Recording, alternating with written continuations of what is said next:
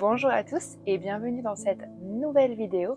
Alors aujourd'hui, toujours un petit peu dans cette série de vidéos sur l'automne, j'avais envie de vous présenter mes lectures automnales puisque c'est vrai que l'automne, c'est une période, il fait un petit peu plus frais, du coup on est davantage dans nos intérieurs.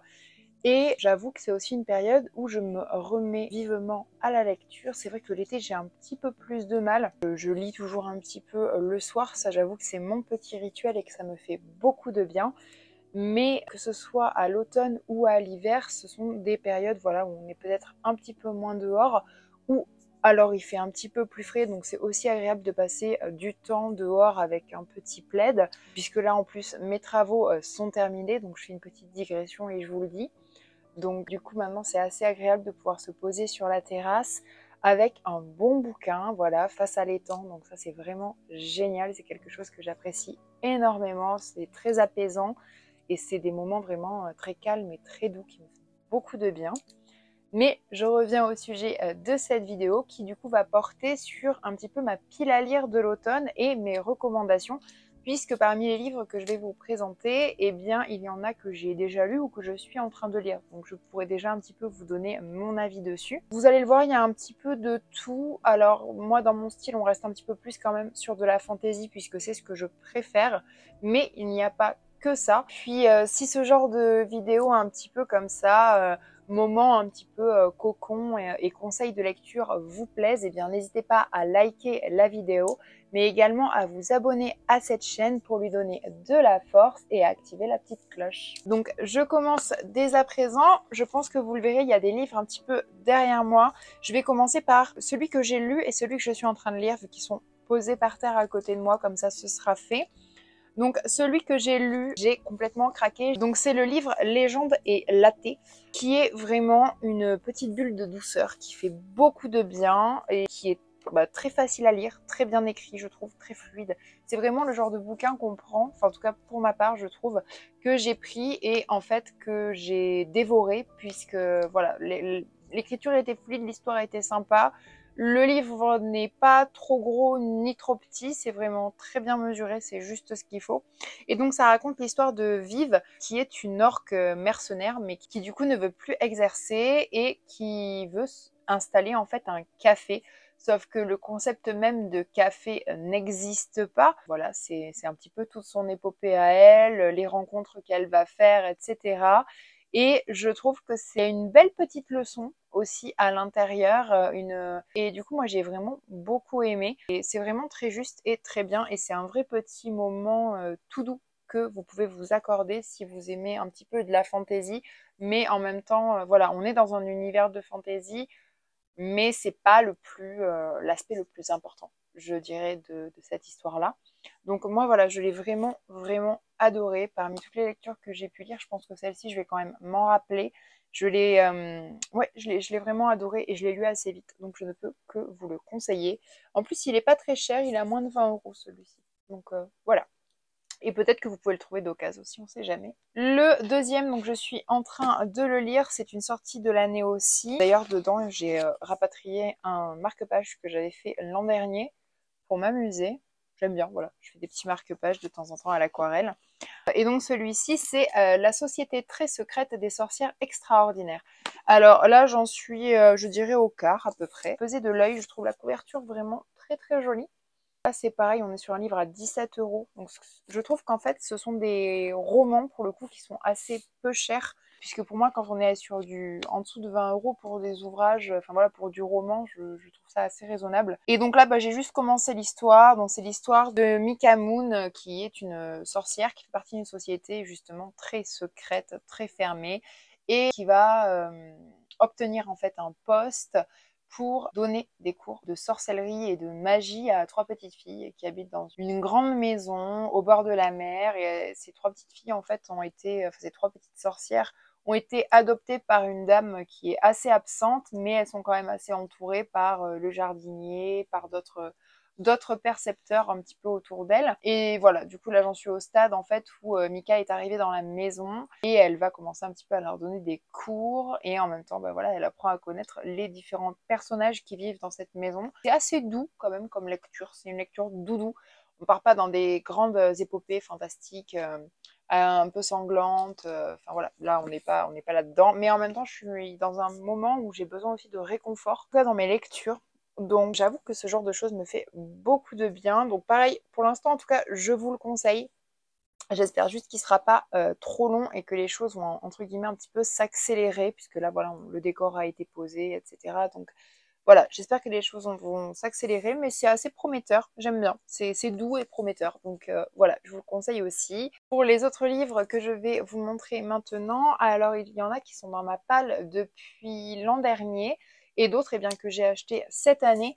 Alors, je me suis acheté La Citadelle des Ombres, qui est en réalité en fait un recueil de 3 ouvrages, donc L'apprenti assassin, L'assassin du roi et La nef du crépuscule de Robin Hobb. Donc ça c'est un vieux entre guillemets bouquin, d'ailleurs le prix est encore en francs dessus, moi je l'ai trouvé sur Vinted. Ces ouvrages-là de Robin Hobb, en fait c'est une série très longue. Il me semble qu'en tout, il doit y avoir quelque chose comme 13 ou 14 tomes. Donc c'est un univers qui est vraiment très très très développé, mais en même temps qui m'attire énormément, puisque assez complexe, du coup en 14 tomes très détaillés. Et c'est un petit peu un monument auquel j'avais envie de m'attaquer. Donc voilà, côté de lecture beaucoup plus douce, beaucoup plus légère, voilà, j'aime aussi partir dans des pavés comme ça, dans des monuments pour moi un petit peu de la littérature fantastique, puisque pour moi Robin Hobb, c'est clairement un monument. Pour continuer un petit peu, dans ma pile à lire, j'ai aussi un livre que j'ai acheté cette année. Je suis tombée amoureuse de la couverture, je l'ai vu passer sur Instagram. C'est La chasseuse et l'alchimiste, donc je pense qu'on est sur de la romance avec de la fantasy. Et c'est sur alors par contre c'est sur la chasse d'une créature mythique. Et donc en fait il y a une grande chasse qui va se lancer pour chasser cette espèce d'animal fantastique, mais c'est un peu tout ce qu'on sait. On sait que du coup, on a une chasseuse qui va faire équipe avec un alchimiste.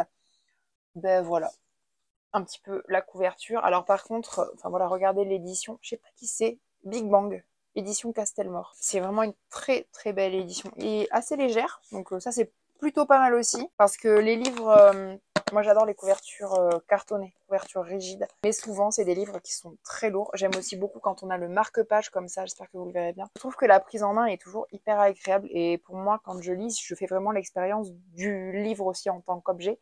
Donc j'aime beaucoup lire les ouvrages comme ça. Donc voilà, on a la carte aussi du monde. Donc ça j'aime beaucoup quand on a ce genre de choses. Enfin, il est vraiment très très beau. Donc j'espère que je vais pas être déçue par l'histoire. Donc à voir. Vraiment celui-là à voir, gros point d'interrogation. Par contre pas donné parce que 26,90 €. Donc très belle édition, mais c'est pas non plus un bouquin qui fait 1000 pages. Hein. On est sur je veux dire entre guillemets un basique à 500 pages. Donc là pour le coup celui-là un peu plus cher, mais vraiment très très bel objet. Donc écoutez, à voir pour l'histoire. Derrière, mais je vous le présente pas, je suis acheté mais il y a quelques temps à la croisée des mondes, donc la trilogie, mais bon celui-là je vous le présente pas parce que tout le monde le connaît. Juste à côté, lui je l'ai depuis l'an dernier, il s'agit des sorcières de Pendle. Alors je vous avoue que l'an dernier celui-là je l'ai acheté, j'ai été complètement influencée par la couverture, tout simplement. J'ai vu la couverture, je me suis dit, oh, mais ça crie l'automne, en plus il y a une histoire de sorcière, ça va être génial. Ouais. Bah, sauf qu'en fait, j'ai lu la quatrième de couverture une fois que j'ai eu acheté le bouquin. Je sais pas, j'étais dans une espèce de hype et ça me semble être pas marrant du tout, puisqu'en fait, coup, on en a une qui a 17 ans, qui est enceinte pour la quatrième fois après 3 fausses couches. Et en fait, elle va creuser le chemin d'Alice Gray, une jeune sage femme qui connaît parfaitement les plantes médicinales et qui du coup, je pense, va l'aider peut-être pour mener sa grossesse à terme ou ce genre de choses. Mais moi, j'ai un peu peur d'une fin hyper triste parce que du coup, si elle est surnommée la sorcière, on sait quel sort était réservé aux sorcières à cette époque-là. Voilà. J'ai un peu peur en fait qu'il y ait une fin qui me révolte. On va dire ça comme ça. C'est pour ça que je me suis pas encore lancée dedans, parce que je me dis qu'en plus là, enfin clairement sur la couverture, ça se voit pas du premier coup d'œil, mais si on regarde bien, on voit le nœud coulant en fait pour les pendus. Donc j'ai un peu peur que ça se termine comme ça, vous voyez le truc. Donc j'arrive pas à me lancer dans ce bouquin parce que j'ai pas envie de lire un bouquin qui se termine mal. Pas pour l'instant. Surtout quand on le sait depuis le début, vous voyez. Mais je pense que c'est un très bon bouquin quand même. Hein. C'est juste que je suis pas dans le mood en ce moment. Après, dans des choses vraiment très très très douces, le quatrième tome de Minuscule. Donc le manga dont je vous ai déjà parlé dans des vidéos lecture, voilà, je m'en achète de temps en temps. Je sais pas vraiment où ils en sont au niveau des sorties. Je les trouve notamment sur Vinted, donc n'hésitez pas à jeter un petit coup d'œil. Souvent le 1 et le 2 sont vendus ensemble, donc ça peut valoir le coup. Moi j'en ai acheté aucun, non, j'en ai acheté aucun neuf en fait, j'achète tous d'occasion. Et ils sont en très très bon état. J'aime bien, ça c'est tout doux, ça c'est vraiment, par exemple, quand j'aurai fini les 3 volumes de la Citadelle des Ombres, et peut-être qu'avant de rattaquer un autre pavé, bah, je le glisserai. Et si je le lis pas à l'automne, bah, je le lirai cet hiver. Mais ça, c'est vraiment tout doudou, tout réconfortant, ça fait beaucoup de bien.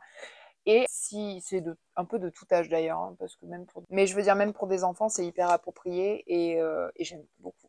Ça, c'est vraiment top. Ça, je vous le conseille à 1000%, cette petite découverte. Autre livre que je me suis acheté cette année, et je vous l'avais dit dans une précédente vidéo, Coin Lecture, eh bien, c'est le 3e tome de Magic Charlie de Audrey Holwett. Donc, c'est Justice soit faite chez Gallimard Jeunesse. C'est un pavé, celui-là, je sais pas. Ah non, ouais, un peu plus de 500 pages, mais alors il paraît énorme, regardez-moi ça.